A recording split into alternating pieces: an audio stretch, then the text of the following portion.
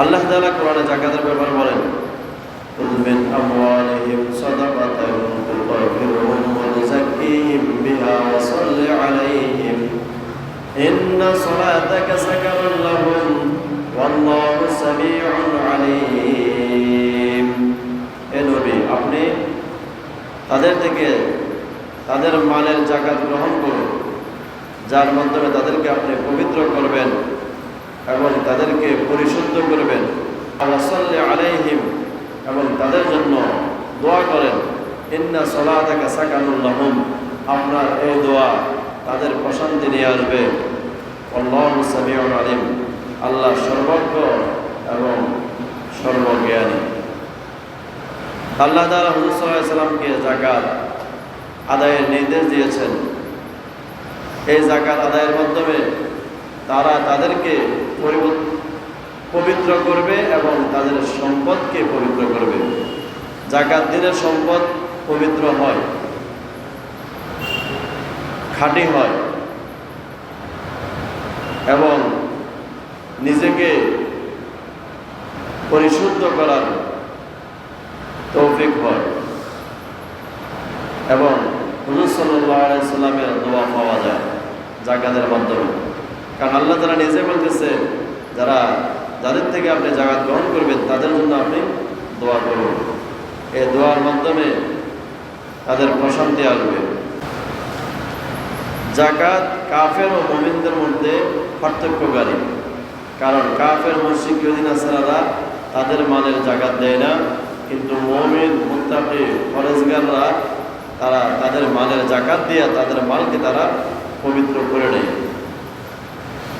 কোরআনে আল্লাহ তাআলা বলেন, ফাইন তাবু ওয়া আকামুস সালাতা ওয়া আতুজ যাকাতা ফাইখওয়ানুকুম ফিদ্দীন, যদি তারা তওবা করে, ওয়া আকামুস সালাত এবং নামাজ কায়েম করে, ওয়া আতুজ যাকাত যাকাত প্রদান করে, ফাইখওয়ানুকুম ফিদ্দীন, তাহলে তারা তোমাদের দ্বীনি ভাই। তাহলে যে মুসলমান যাকাত দিবে না, আল্লাহ তাআলার কোরআনের আয়াত অনুযায়ী তারা মুসলমানদের ইমানদার মুত্তাকিদের কখনো দ্বীনি ভাই হতে পারে না। দ্বীনি ভাই হলো তারা যারা যাকাত আদায় করে, আল্লাহ তাআলার নির্দেশ। মসজিদের তত্ত্বাবধায়কের দায়িত্ব তারাই পাবে, মসজিদের কমিটি তারাই হবে যারা যাকাত প্রদান করে। কোরআনের আয়াত, ইন্নামা ইয়ামুরু মাসাজিদাল্লাহি মান আমানা বিল্লাহি ওয়াল ইয়াউমিল আখির ওয়া আকামাস সালাতা ওয়া আতাজ যাকাত ওয়া লাম ইয়াখশা ইল্লাল্লাহ ফাআসা উলাইকা আন ইয়াকুনু মিনাল মুহতাদিন। মসজিদ আবাদ তারাই করে যারা আল্লাহ তাআলার উপর ঈমান রাখে, আখিরাতের প্রতি ঈমান রাখে এবং নামাজ কায়েম করে, যাকাত প্রদান করে। ওয়ালাম ইয়াখশা ইল্লাল্লাহ, এবং আল্লাহ তাআলাকে ভয় করে।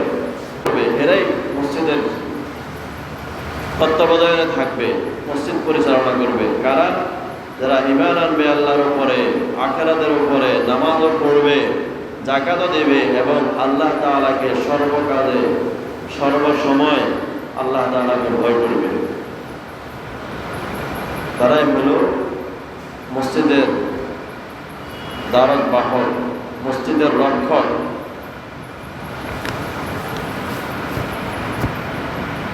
রিজালুন লা তুলহিহিম তিজারাতুন ওয়ালা বাইউন আন যিকরিল্লাহ ওয়া ইকামিস সালাত ওয়া ইতাইজ যাকাত ইয়াখাফুনা ইয়াওমান তাতাকাল্লাবু ফীহিল কুলুবু ওয়াল আবসার লিয়াজজিয়াহুমুল্লাহু আহসানা মা আমিলু ওয়া ইয়াজিদাহুম মিন ফাদলিহি ওয়াল্লাহু ইয়ারযুকু মান ইয়াশাউ বিগাইরি হিসাব। যাকাত প্রদানের লাভ।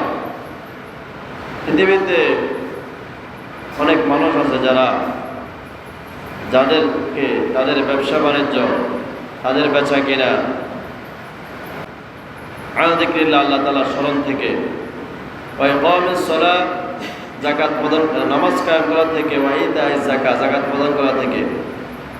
অর্থাৎ বেচা কিনা দুনিয়ার জায়জামিলা, সম্পদ, এই সব কিছু তাদেরকে আল্লাহ তাআলা স্মরণ থেকে গাফেল করে না। তারা নামাজ কায়েম করে, যাকাত প্রদান করে। ইয়াখাফুনা ইয়াওমান তাতাকাল্লাবু ফীহিল কুলুব ওয়াল আবসার।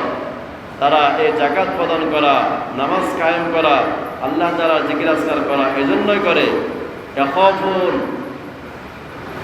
কিয়ামতের ময়দানে যখন মানুষের অন্তর্চক্ষু উলটপালট হয়ে যাবে, ওই সময়টাকে, ওই দিনটাকে তারা ভয় করে। এজন্যই তারা তাদের ব্যবসা বাণিজ্য, তাদেরকে আল্লাহ তাআলা স্মরণ থেকে গাফেল করতে পারে না। তাদের বেচা কিনা, তাদের দুনিয়াবি জায়জামিলা, তাদেরকে নামাজ পড়া থেকে গাফেল করতে পারে না, তাদেরকে যাকাত প্রদান করা থেকে গাফেল করতে পারে না। কারণ তারা কিয়ামতের ওই দিনকে তারা ভয় করে। লিয়াজাজিয়াহুমুল্লাহু আহসানা মা আমিলু ওয়া ইয়াজিদাহুম মিন ফাদলিহি। এর বদলে আল্লাহ তাআলা তাদেরকে তাদের উত্তম বদলা আল্লাহ তাআলা তাদেরকে দান করবেন এবং অনেক বেশি আল্লাহ তাআলা তাদেরকে দান করবেন।